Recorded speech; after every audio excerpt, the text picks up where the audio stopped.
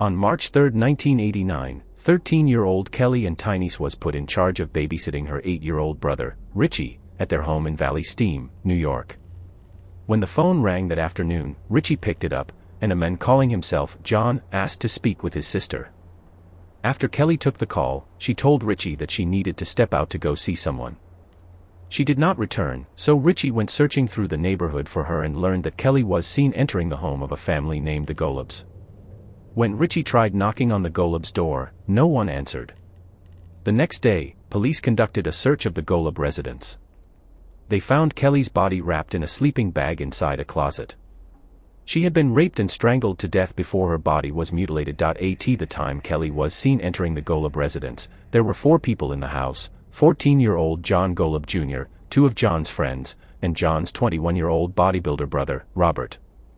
Even though Kelly received a call from someone named John, all the physical evidence at the murder scene pointed to Robert.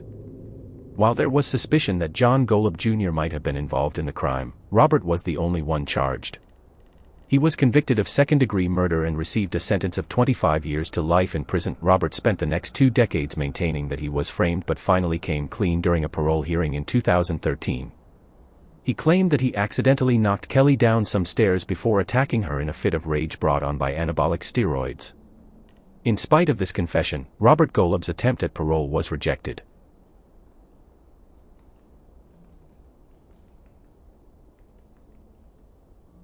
One of the world's youngest known serial killers was Christine Falling, who earned the nickname, the Babysitter Killer. Born in Perry, Florida, Falling experienced a very abusive childhood.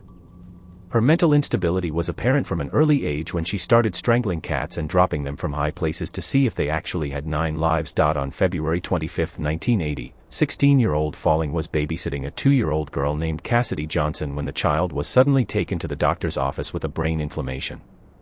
3 days later, Cassidy was dead. An autopsy determined that the child had suffered blunt trauma to the skull, and Falling claimed that she accidentally fell out of her crib while sleeping. There were suspicions about Falling's story, but unfortunately, they were not properly investigated. Months later, 4-year-old Jeffrey Davis died while Falling was babysitting him, and the cause of death was believed to be a heart inflammation. While Jeffrey's family attended his funeral, Falling babysat his 2-year-old cousin, Joseph Spring. Joseph wound up dying in his crib that day of an apparent viral infection. Falling soon got a job as a housekeeper for 77-year-old William Swindle. Incredibly, Swindle suffered a fatal heart attack during Falling's first day on the job. Shortly thereafter, Falling was watching over her 18-month-old niece, Jennifer Daniels, inside a car while her mother was shopping. The child suddenly stopped breathing and died. Falling's final victim was 10-week-old Travis Coleman, who also stopped breathing while she was babysitting him in July 1982. This time, an autopsy determined that Travis had died of suffocation. Falling was questioned and subsequently confessed to smothering Travis and all the other children who died in her care. She received a life sentence for the murders.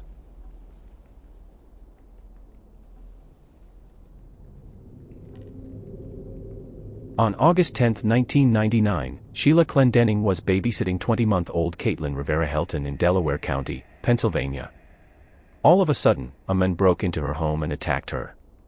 The men grabbed Katelyn, but as he was leaving, Clendenning thought she heard something hit the door before the men yelled out, "Oh, her head." The abductor was Katelyn's biological father, Robert Rivera. The previous month, Robert and Katelyn's mother, Jennifer Helton, had ended a turbulent relationship filled with violence and abuse. Jennifer decided to take her daughter and get away from Robert before filing assault charges against him.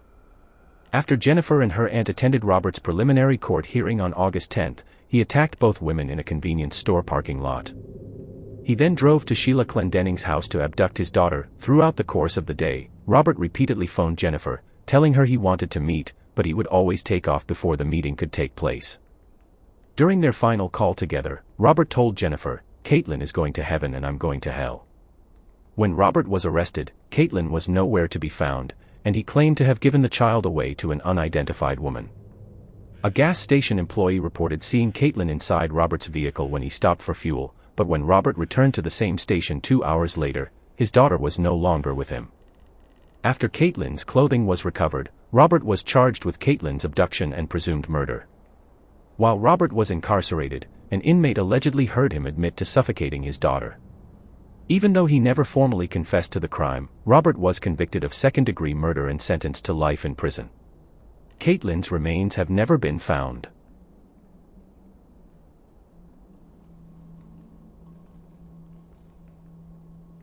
In November 1991, 20-year-old Swiss immigrant Olivia Riner was hired as a nanny by William and Denise Fisher, a couple from Mount Pleasant, New York.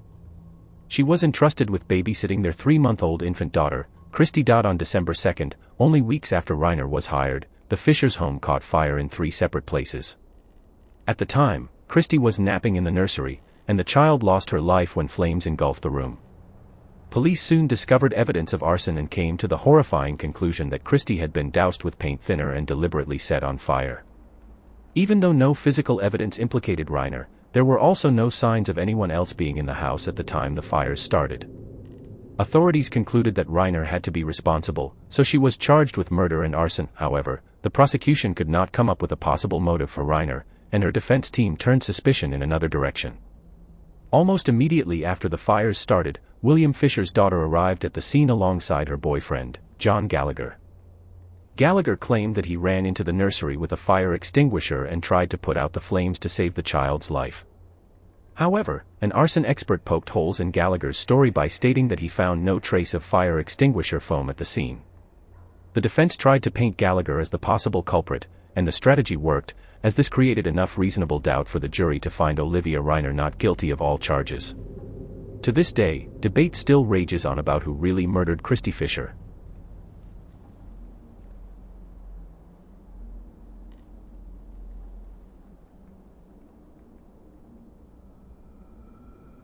On the evening of July 14, 1999, 12-year-old Heather Kullorn went to an apartment in Richmond Heights, Missouri, to babysit the 2-month-old daughter of some family friends, Dana Madden and Christopher Herbert. At 4 a.m. the following morning, Herbert claimed he returned home to discover that Heather was gone and that his infant daughter was left unattended. 2 hours earlier, a neighbor had seen an unidentified man exit the apartment. This man was carrying what appeared to be a child wrapped in a blanket. A comforter blanket just happened to be missing from the apartment, and small traces of blood were found on the couch. DNA testing confirmed that the blood belonged to Heather. The case took a further disturbing turn once investigators found drug paraphernalia in the apartment and began to suspect that Dana Madden and Christopher Herbert had ties to a methamphetamine ring. Herbert allegedly stole some drug manufacturing equipment from a couple the day before Heather went missing, and it's been theorized that her disappearance is somehow connected to drug activity. 9 months later, Heather's mother showed up at the convenience store where Dana Madden worked and got into a violent altercation with her, accusing the couple of withholding information about what happened to her daughter. Even though Madden was at work and had an alibi on the night Heather disappeared, Herbert has frequently changed his story about his whereabouts. While authorities do have a person of interest, they lack the evidence to make an arrest, so Heather Kullorn remains a missing person.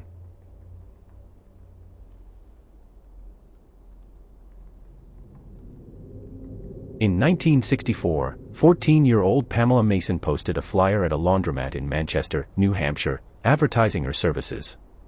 It wasn't long until an unidentified man answered Pamela's ad and phoned her to say he needed a babysitter. On January 13, Pamela left her home to go meet this man.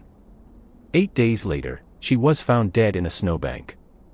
She had been sexually assaulted, stabbed, and shot to death. Authorities noticed similarities between Pamela's death and the murder of an 18-year-old Manchester woman named Sandra Valad, which had occurred 4 years earlier. Weeks after Pamela's murder, a laundromat employee named Rina Paquette told authorities she had seen a man named Edward Coolidge taking an interest in Pamela's babysitting flyer and believed him to be her killer. The following morning, Paquette was found burned to death inside a barn on her property. After incriminating evidence was discovered in Coolidge's vehicle and his home, he was arrested and charged with Pamela Mason's murder. He was found guilty and sentenced to life imprisonment. However, the conviction became the subject of controversy, as the searches to obtain evidence against Coolidge were believed to be unconstitutional. The case made it all the way to the United States Supreme Court in 1971. Since the Attorney General of New Hampshire had personally signed the warrants to search Coolidge's vehicle and property, the Supreme Court ruled that the warrants were invalid since they were not issued by a neutral and detached magistrate. As a result, Coolidge's first-degree murder conviction was overturned. He agreed to plead to the lesser charge of second-degree murder and was released from prison in 1991. While most people are convinced that Coolidge was Pamela Mason's killer, the the deaths of Sandra Valad and Rina Paquette were never solved.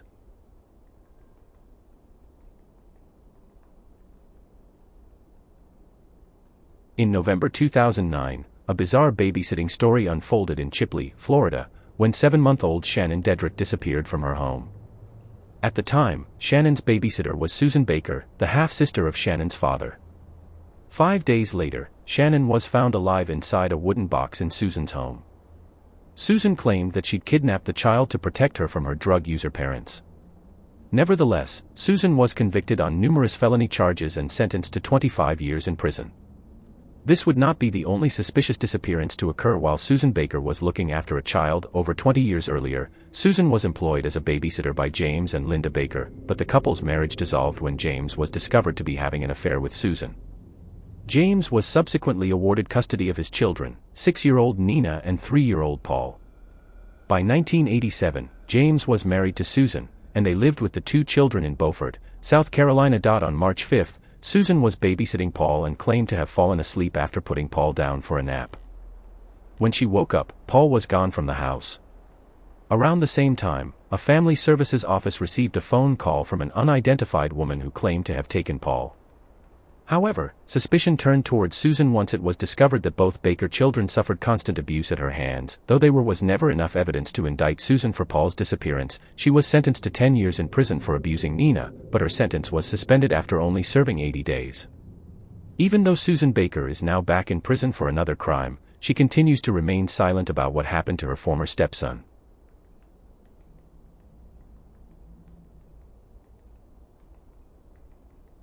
In 1997, Australia experienced one of its most sensational and bizarre missing persons cases. On the evening of June 14, Linda Leskie was invited to a party and entrusted her boyfriend, Greg Domasuix, to babysit her 14-month-old son, Jaidyn. At 2:30 a.m., Greg left his home in Newborough to pick up Linda from a pub, but Jaidyn was not in the vehicle.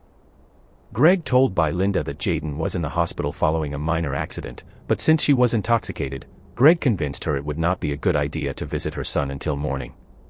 However, when the couple returned home, they were surprised to discover that the windows had been smashed and a pig's head was now on the front lawn. When Linda woke up in the morning, Greg made a shocking confession. He had lied about taking Jaidyn to the hospital and actually left the child alone when he went to pick her up. Jaidyn was now missing, and Greg believed the same people who vandalized his house had abducted him. Tissues containing Jaidyn's blood were later found in an outside trash can. In January 1998, Jaidyn's body was discovered inside a sleeping bag in Blue Rock Dam. The child was believed to have died from head injuries, and his body was weighed down with a crowbar. Naturally, many people were suspicious of Greg's story. It turned out that relatives of Greg's ex-girlfriend had smashed his windows and left the pig's head on his lawn as a prank, but they denied any involvement in Jaidyn's death. Greg Domasuix was eventually charged with Jaidyn's murder but was acquitted at trial due to lack of evidence. Officially, the murder of Jaidyn Leskie remains unsolved.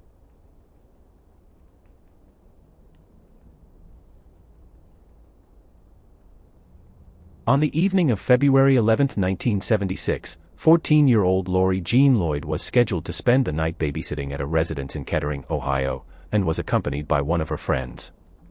At approximately midnight, Lori's mother went to the residence and saw that both Lori's friend and the child they were babysitting had fallen asleep, but Lori was not there.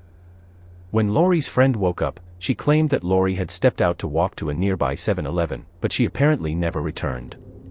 No one from the 7-Eleven remembered seeing Lori that night, and she could not be found anywhere. According to another one of her friends, Lori had planned on meeting an unidentified boy that same night, and the couple were thinking of running away to California together.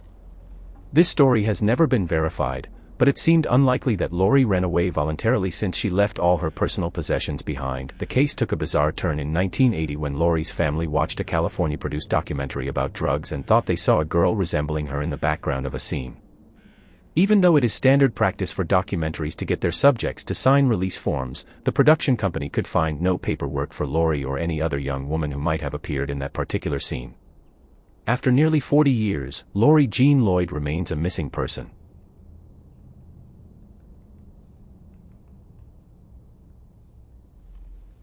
Many people believe that the urban legend, The Babysitter and the Man Upstairs, was inspired by a real-life murder case from Columbia, Missouri, in 1950. On the evening of March 18, 12-year-old Janett Christman was babysitting a 3-year-old boy named Greg Romick. At 10:35 p.m., a police officer received a disturbing phone call from a hysterical female caller. He could hear the woman screaming and yelling the words, "Come quick," before the call was abruptly cut off. Unfortunately, during this time period, the police did not have the proper resources to do an immediate trace point. 3 hours later, Greg Romick's parents returned home. The boy was sleeping in his bed, but Janett Christman's body was on the living room floor. Janett had been hit on the head with a blunt object and raped before she was strangled to death with an ironing cord. Even though the front window of the Romick home had been broken with a garden hose, nothing else in the house appeared to be disturbed. Since both doors were unlocked, police theorized that Janett willingly opened the door for her killer, who shattered the window to make her murder look like a break-in. The prime suspect in the crime was Robert Mueller, a friend of the Romicks who had reportedly made inappropriate lewd comments toward Janett in the past. Police believed Janett's head was punctured with a mechanical pencil, an item Mueller often carried.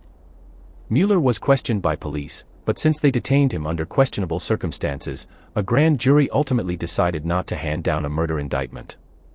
Mueller subsequently moved to California, and the murder of Janett Christman was never solved.